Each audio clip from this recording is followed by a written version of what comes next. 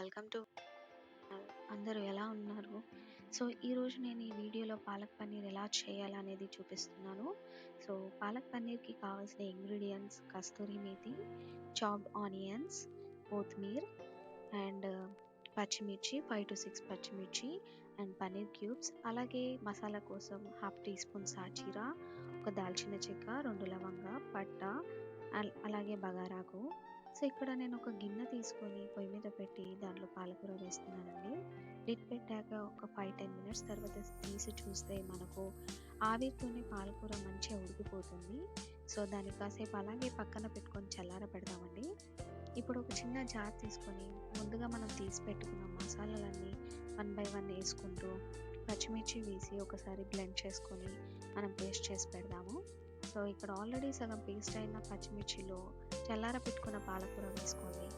ఒక్కసారి మీరు బ్లెండ్ చేసిన తర్వాత మనకి ఇలా గ్రీన్ కలర్ పేస్ట్ ఈ కన్సిస్టెన్సీతో వస్తుంది. ఇది సరిపోతుందండి. మళ్ళీ నేను ఒక కడాయి తీసుకొని 1 టీ స్పూన్ ఆయిల్ వేసుకున్నాను. ఆయిల్ వేడెక్కాక మనము దాంట్లో బగారాకు హాఫ్ టీ స్పూన్ సాజీరా అలాగే చాప్ చేసి పెట్టుకున్న ఆనియన్స్ వేసుకొని మనం ఒకసారి కలుపుకుందాము. ఆనియన్స్ త్వరగా వేగాలంటే ఒక చిన్న చిట్కా ఏంటంటే మీరు కొంచెం సాల్ట్ వేసుకోండి, అది త్వరగా వేగిపోతాయి. ఆనియన్స్ వేగాక ఏదైతే పేస్ట్ చేసి పెట్టుకున్నామో పాలకూర అది ఇందులో వేసి మిక్స్ చేయండి.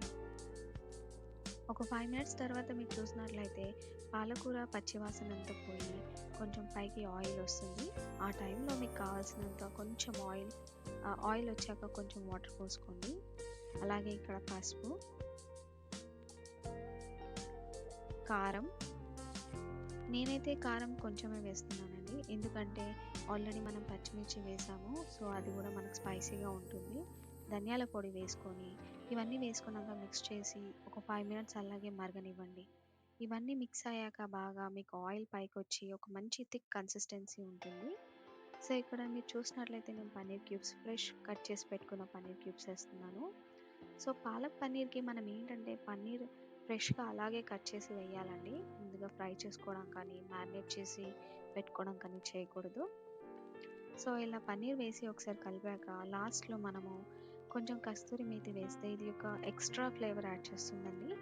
అండ్ గార్నిష్ కోసం నేను ఇక్కడ కొంచెం కొత్తిమీర కూడా వేస్తున్నాను.